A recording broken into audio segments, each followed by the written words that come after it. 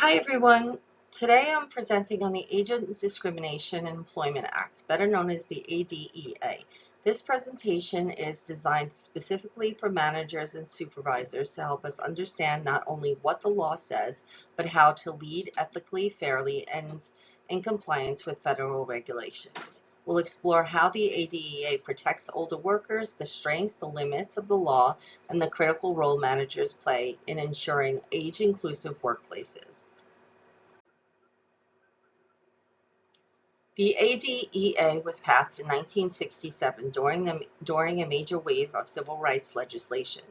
It was in response to employers setting arbitrary age limits, often excluding qualified older workers based on outdated assumptions. This law is part of the broader effort to address inequity in the workplace. As Gladden and Daniel remind us, many of today's employment structures still reflect historical systems and exploitation. Ageism is one of those deeply embedded structures, so understanding this context helps us to see the ADEA not just as a policy, but as a step towards dismantling a discriminatory system.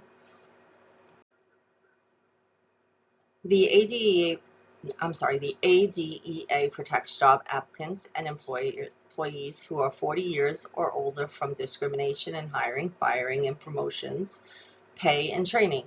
It applies to employers with 20 or more workers and is enforced by the EEOC. This law was created to ensure that age does not become a barrier to employment opportunities. As Congress points out, there's an ethical obligation, especially for those of us in leadership, to align with inclusive policies like the ADEA. And it's not just about avoiding lawsuits, it's about doing the right thing.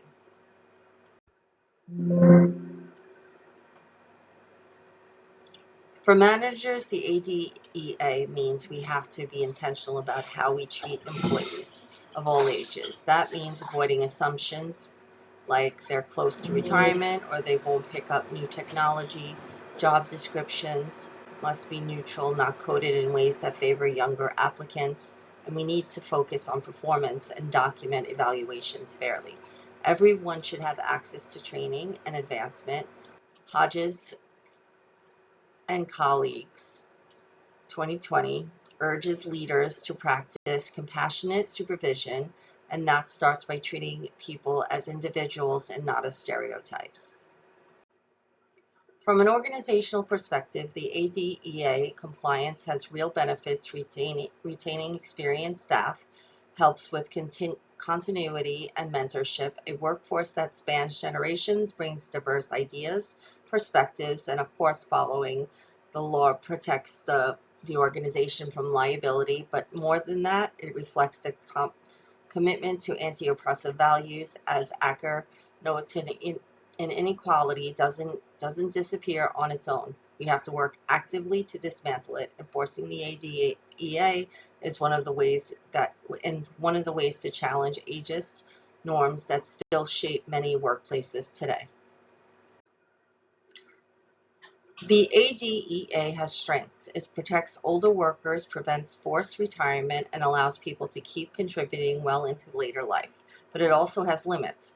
Proving age discrimination can be a hard bias. Often hides behind phrases like cultural fit or concerns about energy.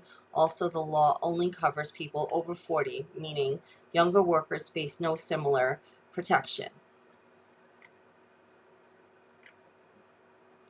I'd like to point out that many management theories still frame younger workers or younger employees as more efficient. The mindset feeds covert ageism, so while the ADEA is a key tool and it's not the full solution.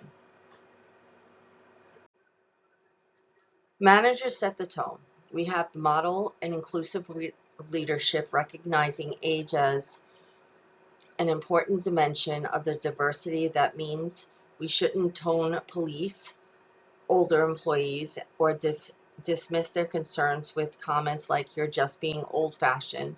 We need to take microaggressions seriously and make sure our feedback is rooted in performance, not ageist assumptions. Explain.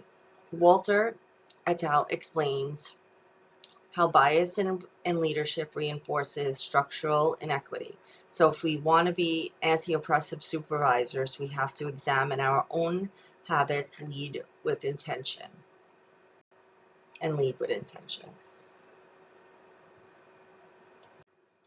As social workers in leadership, this matters on multiple levels. First, we're ethically bound to uphold social justice in our hiring and supervision practices. The NASW Code of Ethics calls on us to challenge discrimination, promote dignity and worth, but follow the ADA guidelines.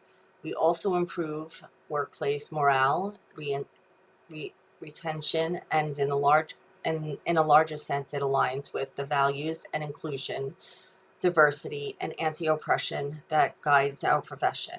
If we want our teams to reflect equity, we have to build that from the top down.